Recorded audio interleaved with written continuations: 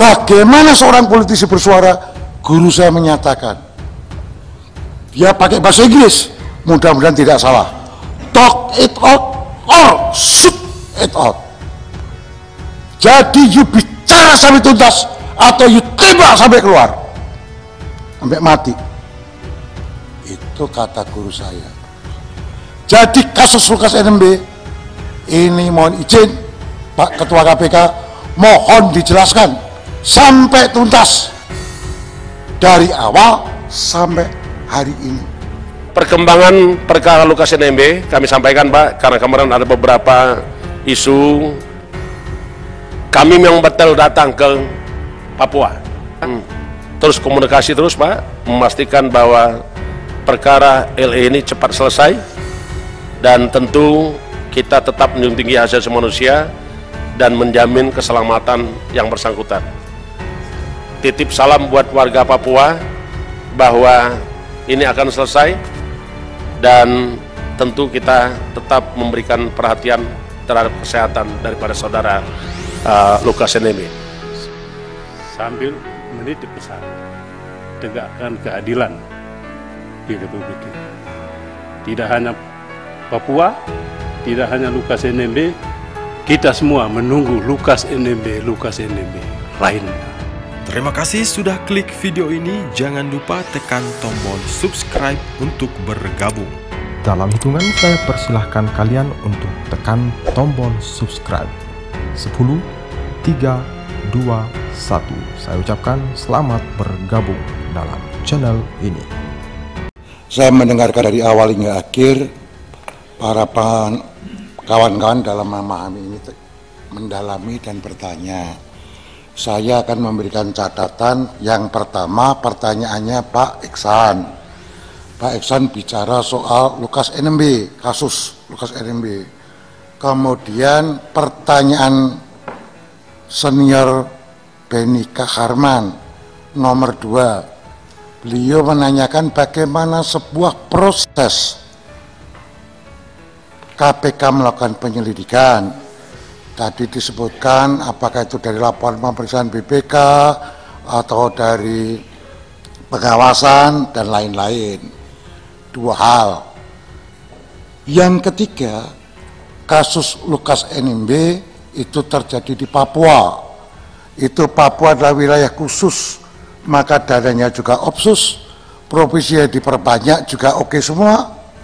Jadi itu wilayah yang perlakuannya khusus itu Papua dan Aceh. Nah, di Papua paling tinggi soal keamanan, sehingga Lukas NMB kasusnya punya rating yang tinggi untuk dijelaskan. Tuh. Nah, saya sebagai politisi, apakah pimpinan KPK politisi? Jawab saya, ya, itu pejabat publik. Karena Pak Firly beserta 4 pimpinan KPK adalah political appointee dari jabatan politik, dari jabatan elektoral.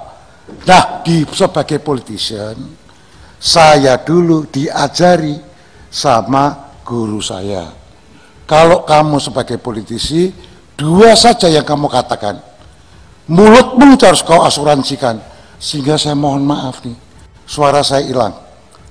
Jadi parle itu bicara, mulutmu yang harus kau asuransikan, suaramu itu kau asuransikan. Nah, bagaimana seorang politisi bersuara? Guru saya menyatakan, dia pakai bahasa Inggris, mudah-mudahan tidak salah, talk it out or shoot it out. Jadi you bicara sampai tuntas atau you tembak sampai keluar, sampai mati. Itu kata guru saya. Jadi kasus Lukas NMB ini, mohon izin Pak Ketua KPK, mohon dijelaskan sampai tuntas dari awal sampai hari ini. Itu namanya talk it out. Dengan demikian publik akan clear terhadap ini. Ini juga akan clear BPK, ini juga akan clear KPK, ini juga akan clear terhadap pertanyaan nomor 2 dari Mr. Kabur Kaharman dan Mr. Iksan Sulistyo. Itu hanya catatan saya saja. Mohon izin, kalau diizinkan, ini contoh kasus yang sangat baik. The example case yang sangat bagus. Ya, terima kasih. Wassalamualaikum warahmatullahi wabarakatuh. Apapun nanti yang jawaban saya, pastilah tidak akan menimbulkan dan menjawab semua pertanyaan. Tetapi setidaknya dapat memberikan masukan ataupun informasi resmi dari KPK, supaya tidak ada informasi lain kecuali yang berasal dari KPK. Perkembangan perkara Lukas NMB kami sampaikan, Pak, karena kemarin ada beberapa isu. Kami memang betul datang ke Papua tanggal 3, saya buka dulu filenya, Pak. Kita ini paling tidak sanggup kalau, nah ini, Pak. Tanggal 3 November, Pak, kita datang ke sana, saya, Ketua KPK, 3 pengawal, Direktur Penyidikan, Kapolda Papua, Kapangdam, Kabinda, 2 penyidik, 2 dan 4 dokter, Pak.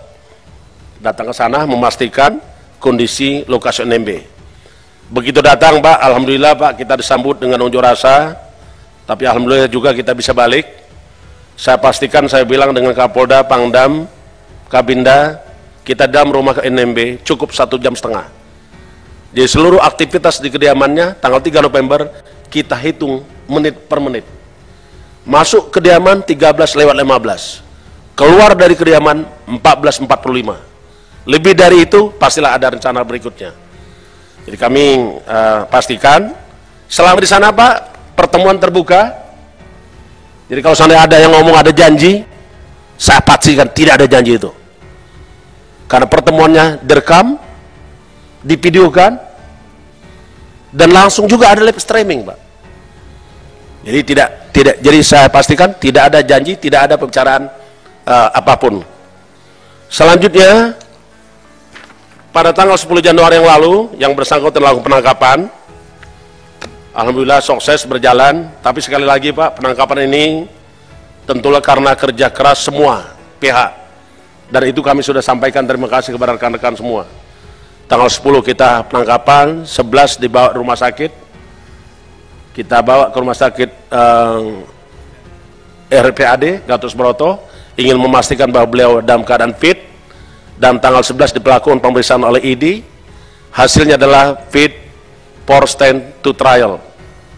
Sehingga kita lakukan tahanan, 2 kali kita tangguhkan karena kondisi kurang fit.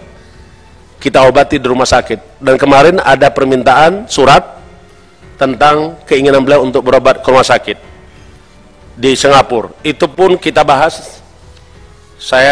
Kami pastikan, Pak, setiap keputusan itu tidak pernah dilakukan sendiri. Dan kita rapatkan dengan para pihak yang berkepentingan, para profesional. 1 dari Kementerian Kesehatan, 2 dari SPAD, 3 dari ID, hadir semua, Pak. Dan kita rumuskan, mendengar seluruh keterangan dari dokter yang merawat. Jadi kondisi LE ini selama dalam rumah tahanan sangat diperhatikan, dilakukan pemeriksaan dan pelaporan setiap 4 kali dalam 1 hari terhadap saudara LE. Kenapa 4 kali? Mungkin Bapak Ibu bertanya, yang bersangkutan harus minum obat, Pak, dan obatnya harus disampaikan langsung. Karena kami tidak ingin obat itu tidak diminum. Karena bisa saja, Pak, kita juga di rumah kan bisa juga nggak mau minum obat, kita buang, kan? Ini pastikan 4 kali minum obat, 4 kali itu disampaikan. Dan itu dilakukan juga oleh dokter rumah sakit RSPAD. Yang nomor 4 pentingnya, Pak, di sini LE mampu menangani perkaranya dan mampu membela untuk dirinya sendiri dalam perkara tersebut. Yang keempat, fasilitas kesehatan di Indonesia memadai. Itu keterangan Kementerian Kesehatan. Dan ID juga mengatakan hasil pemeriksaan kesehatan saudara LE fit for interview and fit for stand to trial. Sehingga untuk sementara LE tidak perlu dirujuk keluar negeri atau Singapura. Saya kira itu yang ingin kami sampaikan, Pak. Mudah-mudahan dengan pertanyaan dari Ketua Komisi 3 tadi bisa menjawab berbagai berita yang kita tidak tahu pertanggungjawabannya. Yang berikutnya, kami juga akan terus komunikasi terus Pak, memastikan bahwa perkara LE ini cepat selesai, dan tentu kita tetap menjunjung tinggi hak asasi manusia dan menjamin keselamatan yang bersangkutan. Titip salam buat warga Papua bahwa ini akan selesai, dan tentu kita tetap memberikan perhatian terhadap kesehatan daripada saudara Lukas NMB. Saya kira itu. Terima kasih. Wassalamualaikum warahmatullahi wabarakatuh. Baik, Ketua, sebelum tutup. Silakan Mbak Beni, khusus. Baik, karena ada pembahasan khusus terhadap saudara Lukas NMB, dan siapapun tahu se-Indonesia Lukas NMB adalah kader Partai Demokrat, Gubernur Papua. Berkenan dengan itu, kami menyampaikan, kami menghargai proses hukum, menghormati proses hukum.